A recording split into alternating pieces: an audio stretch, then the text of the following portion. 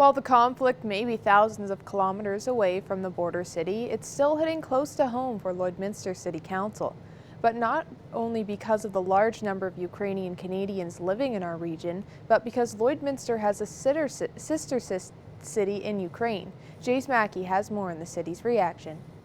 Monday's City Council meeting ended with a moment of silence to reflect on the ongoing invasion of Ukraine. We have members of the Ukrainian community in our community that have family and relatives and descendants that are in the Ukraine and are right in the war zone. And the thoughts and prayers of this community go out to those people. Nikopol, Ukraine, located on the right bank of the Dnieper River, became a sister city of Lloydminster in 2018 when the city's mayor came to Lloyd to sign the agreement.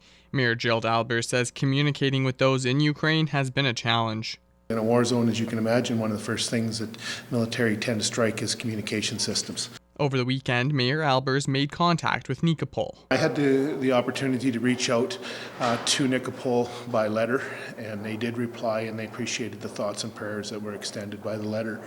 You know, it's what more can we offer today? That's the challenging part. They do appreciate them being recognized and know that we're here at the other end. While residents may feel powerless here in Canada, Mayor Albers encourages continued prayers and says donations can be made to the Red Cross and other organizations. He adds Lloydminster would also welcome refugees from Ukraine. Reached out to the federal government over the weekend and said, you know, let's keep in mind we have people here that do speak Ukrainian. If there's refugees, is that a possibility? So stay tuned. I don't know what the federal government's got planned with refugees. We know that there's large communities of Ukrainian ancestry between here and Edmonton, on the east side of Saskatchewan, and throughout. For Primetime Local News, I'm Jace Mackey.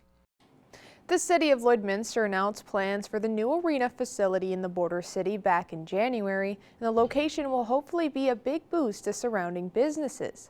The site will be behind the Gold Horse Casino, which is close to a few hotels and some businesses. The casino is looking forward to the construction in the months ahead and working with the city on the project. We believe it'll be very good for everyone. If we're right in this area, you know, it's back here they're looking at building. If we can get involved with whoever that may be, the sports or the city, we will do what we can.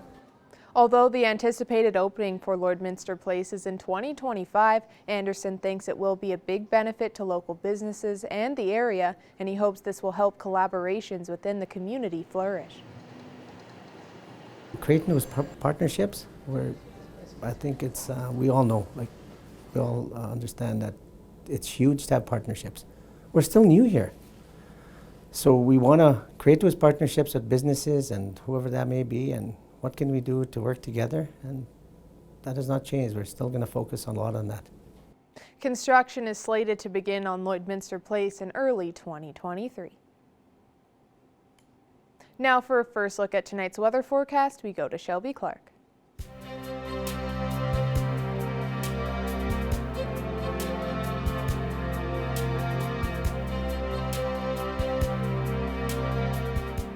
So much, Jazz. And now taking a first look at your weather forecast here in the border city today, we are sitting at -8 right now. With that wind chill, it does feel closer to -15, so we're cooled down just slightly. And as you can look outside and see, we are seeing some light periods of some snowfall throughout the day, and it definitely picked it up more as we went through the day as well. So as I was saying, we are going to be seeing a lot more snow this week. And now switching over to temperatures across the region for Alberta and Saskatchewan. On the Alberta side, we're seeing some warmer temperatures compared to yesterday, with a lot of -5, -6 degrees on the map, -7 in Marwayne as well as down in Provost, and Edmonton is just hitting that -4 mark. Switching over now to our Saskatchewan side here, they're seeing some slightly cooler temperatures compared to the Alberta side, but most spots are still seeing those single-digit temperatures, so that's not too bad. Isle Cross is the only coolest one with that -11 degree point right now. Most spots are seeing -7, -8 in Green Lake, as well as down in North Battleford, and Pearson is just at -5 degrees.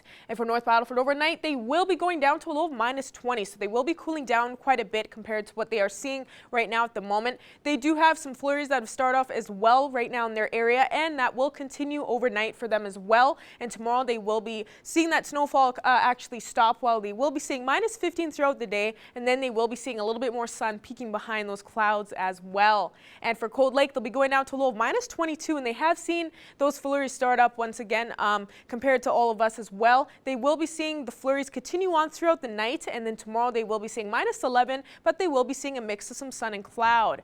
And for here in the border city, we'll be going down to low -17, and unfortunately we will be seeing those flurries continue on throughout the evening and throughout the night, and it will continue into tomorrow morning is what we're going to expect for tomorrow. Then we will be seeing -11, so we will still be seeing a nicer day, and hopefully we will be seeing a little bit more sun peek behind those clouds. And now I wanted to show off one of your photo submissions. Thank you to everyone that submitted some beautiful weather photos to our Facebook page. You can continue to do so. I will use them on my weather segments, but this is a gorgeous sunset shot here, and I love my sunset shots. It's good to see that people even not getting some photos recently right now, but they have gotten some beautiful photos in the past and everything. Thank you so much for submitting this one, and you can continue to submit to our Facebook page. I love these photos so much, but that's all I got for now. We'll have more news coming up after the break.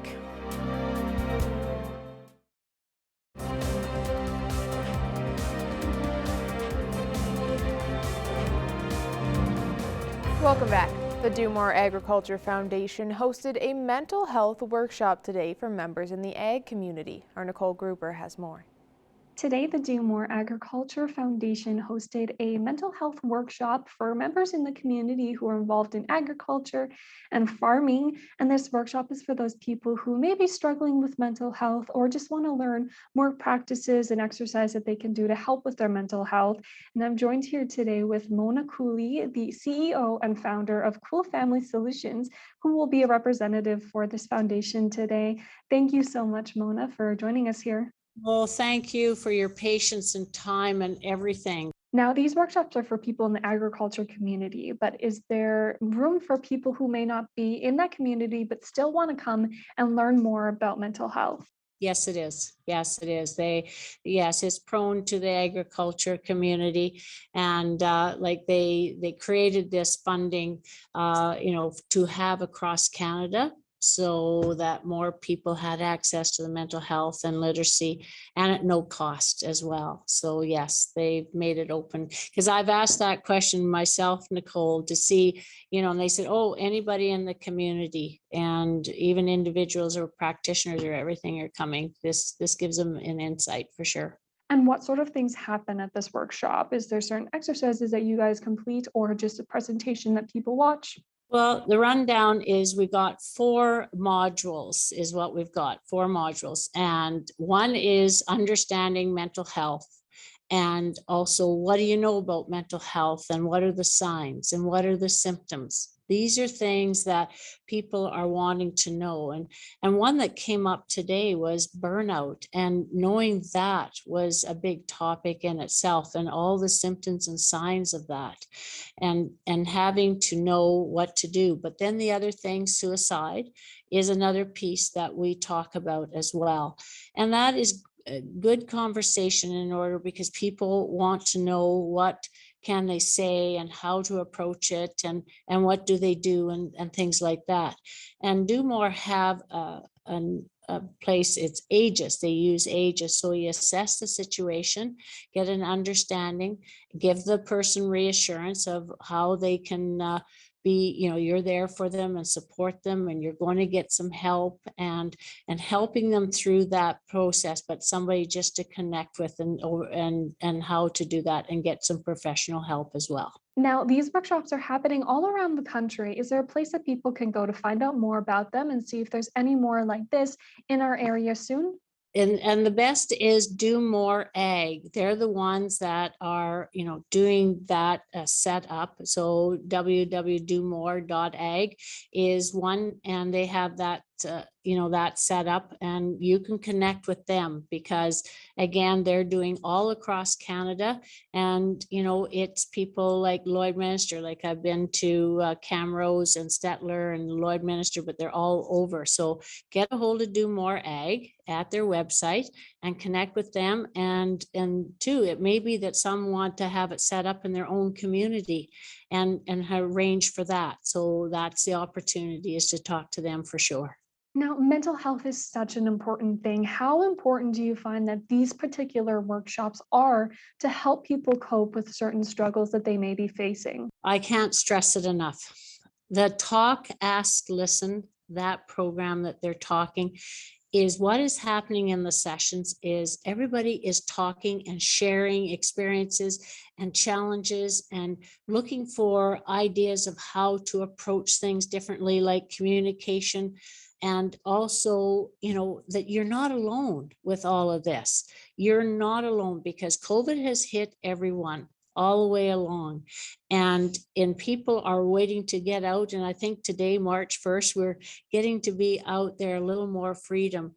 And what it does is it helps that stress and that concern and how to approach situations when things aren't going well. And what do we need to, it's not what you do wrong, it's what do you want to do different that's going to make a difference in all of what you're doing in the farming, because it is a lot of time and work. But also I've heard farmers, different ones in these sessions, and said, one in particular said, we take Sunday off. The work is always there, but we need to take Sunday off to rejuvenate and to have that.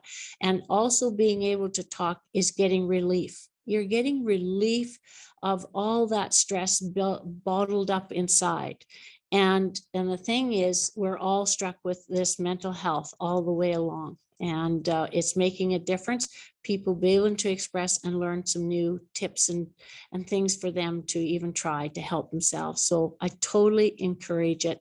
And when we can listen and understand each other, it goes a long ways. Well, that's all the time we have here today. Thank you so much, Mona, for joining us. Thank you very much. Now we'll take a look at your agriculture prices.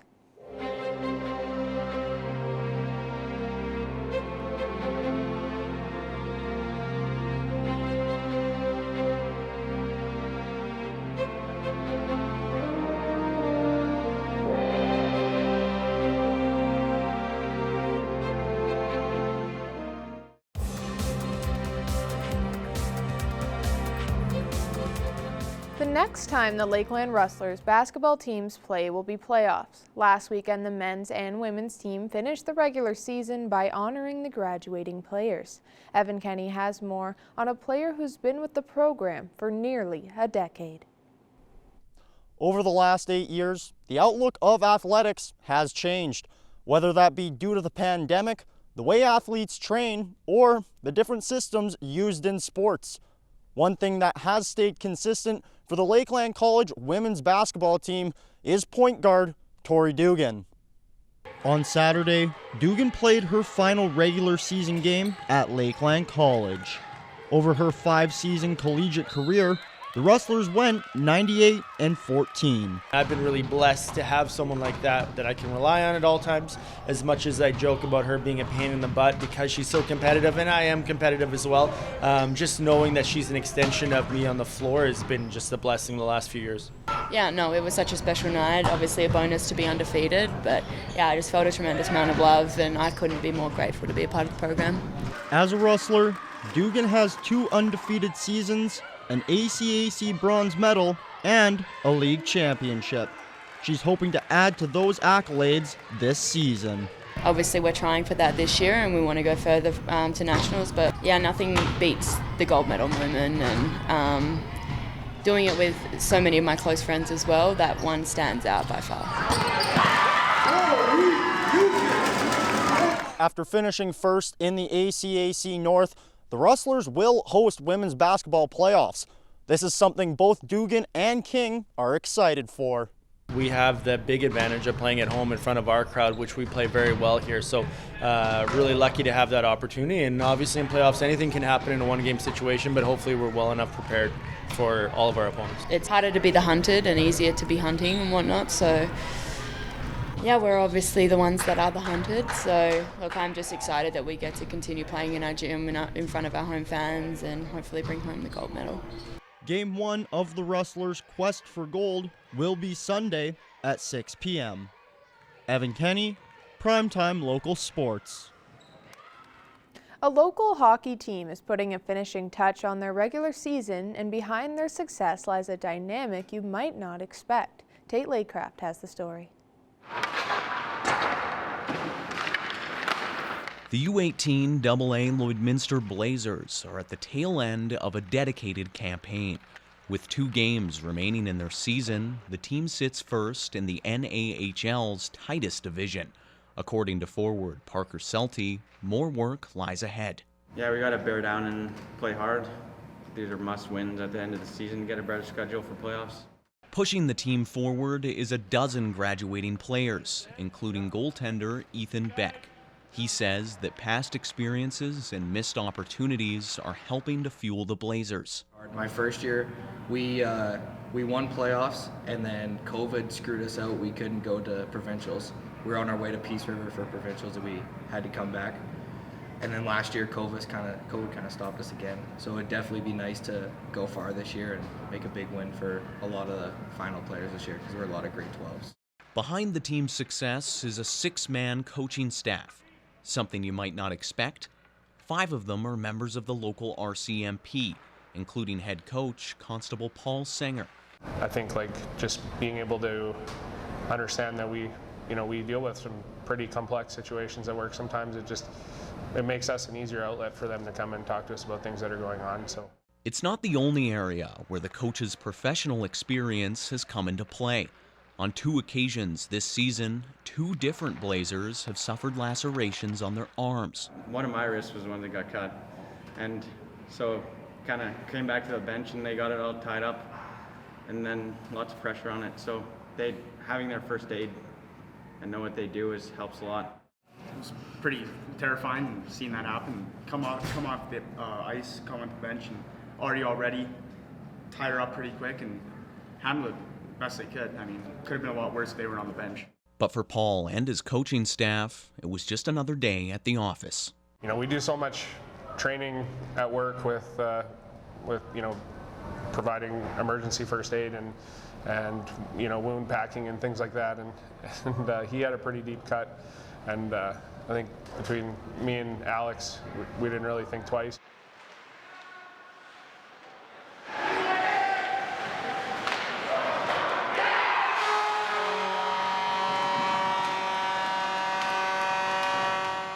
This past weekend, the Blazers picked up 2 wins, outscoring their opponents by a margin of 8-2. With only 2 games remaining and 1 point required to clinch first place in the division, hopes are high heading into playoffs. For Primetime Local News, I'm Tate Laycraft. Now for another look at tonight's weather forecast, we go to Shelby Clark.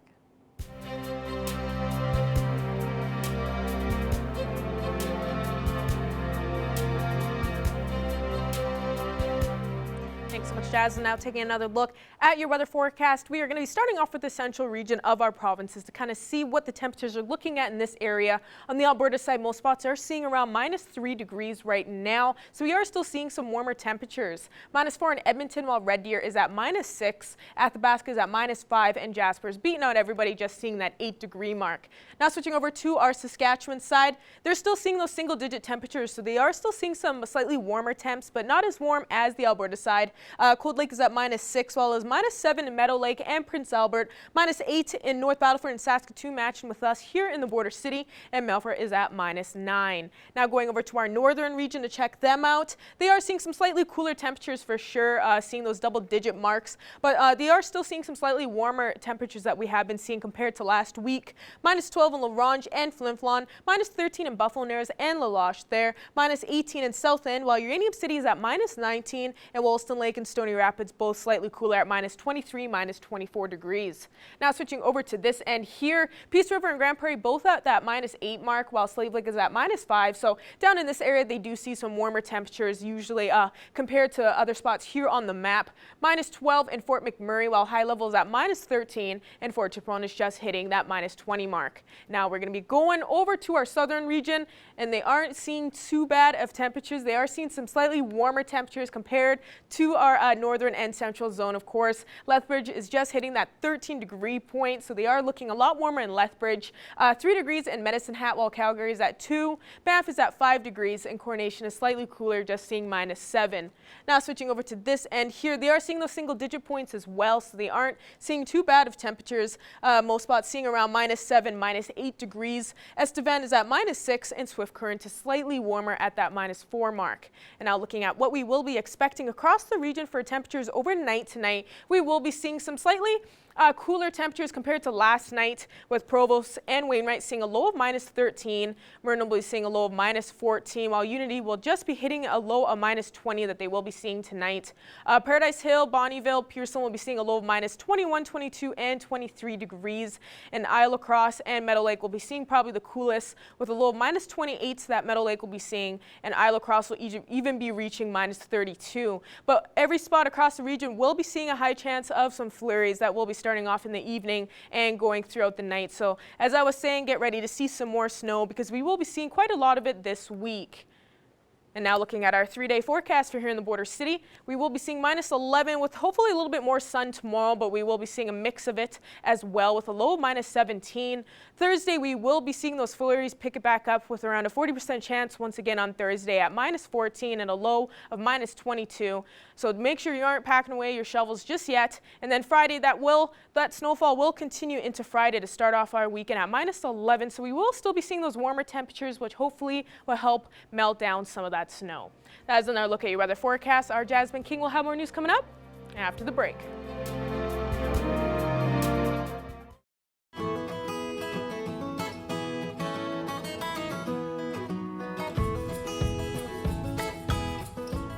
Welcome back, everybody. We're joined once again with Becca Lawrence from the Lloydminster Community SPCA for this week's edition of Pet Project. And we have so much good news to talk about this week, Becca. So let's just get right into it. You got a really cool guest for us today. I'll let you introduce Gretchen. Yeah. So this little cutie here is Gretchen.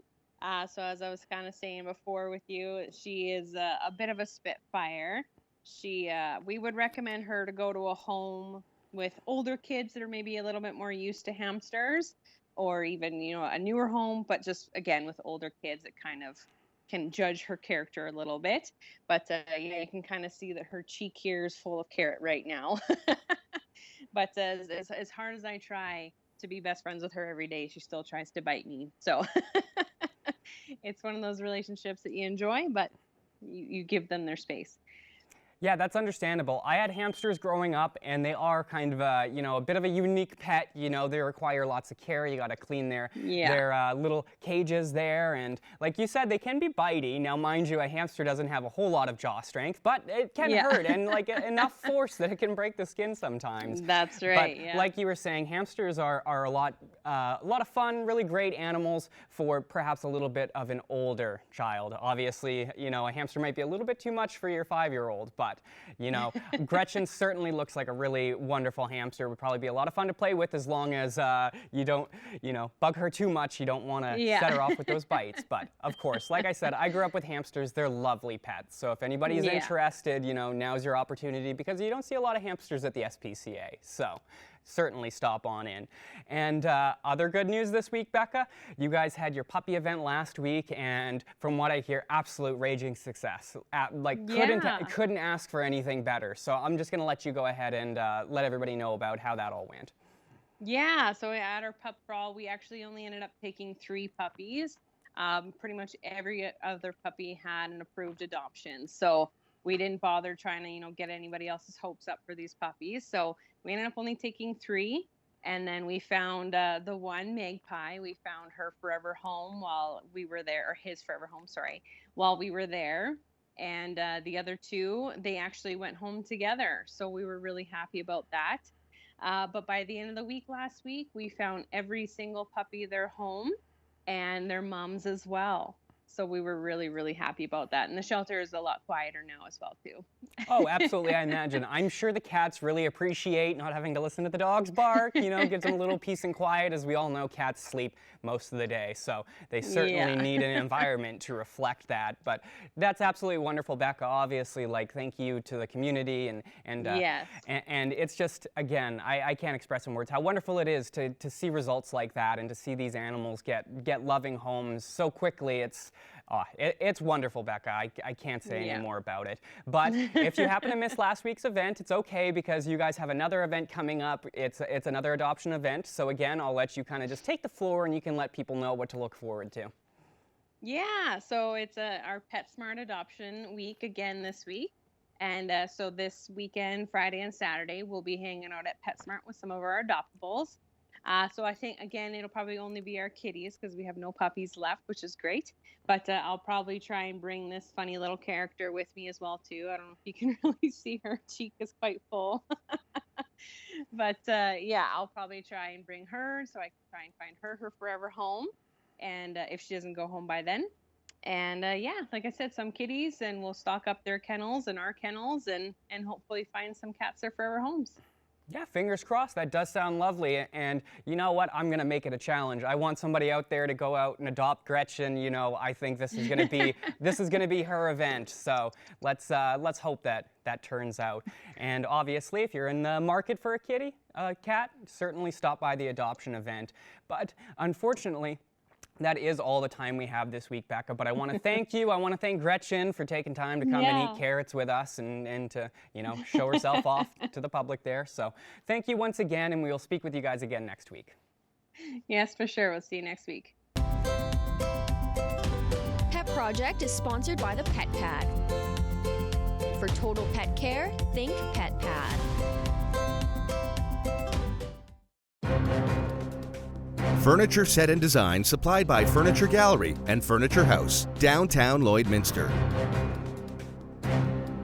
Joining us today for Primetime Local News is award-winning actress Olga Kalishnikova, who is known from Hawaii Five-0, and we are speaking on her new film called Angel by Thursday. Thank you so much for joining us today, Olga.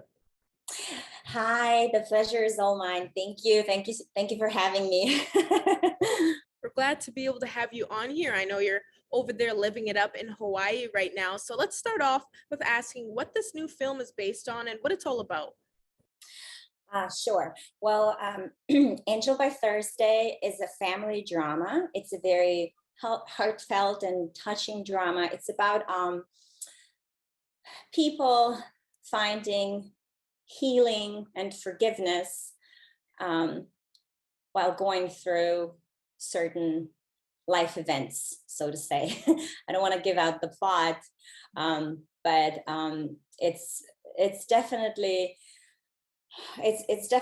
a lot of destiny and faith and serendipity. So it has that spiritual aspect, and we're definitely hoping that people who watch it, if they have ever experienced any trauma in their life or grief, that they would be able to find healing. So, yeah. Can you expand on who exactly you play in this film and how has it been playing this role? I play Julia Dennis, and she, at the beginning of the film, she's living in Germany and she works as an attorney in Germany. And she is very, she has a competitive job. She does not have great personal life. I will not give out the events, but those who watch it, they will be able to see it. And you could tell from the beginning that, you know, she's kind of bottled up and reserved and cold and bitter. Later, we find that she was separated from her mother when she was 10, and her mother lives in the States, and she goes on search of her mother. And I don't want to give away the plot. And while she goes in search of her mother to Hawaii, she receives a sign that she's supposed to go there, and just pretty much. I don't want to give away which sign, but she goes to Hawaii not knowing what to expect, and things that happen to her there contribute to a huge transformation, where she's able to understand what happened, why her mother, which she thinks has abandoned her so many years ago, what actually happened. And the events unfold like pieces of a puzzle coming together, and that leads to a huge transformation for her at the end. And I know a bit earlier on you were saying now it has been sort of a challenge for you with playing this role. Have you experienced acting as this specific type of character in previous works, or has this been a whole different experience for you now? It was a challenge because it was a leading role, and it was an emotional roller coaster ride for sure. And it was definitely tough. That's why I'm saying I have not had such experience before that role. But it was I discovered a lot about myself as well.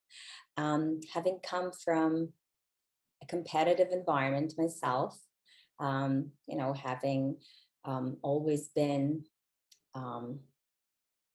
go-getter, so to say, I have realized that, I do have certain similarities with my character. And when I personally moved to Hawaii, I also underwent a transformation in terms of my lifestyle and my values.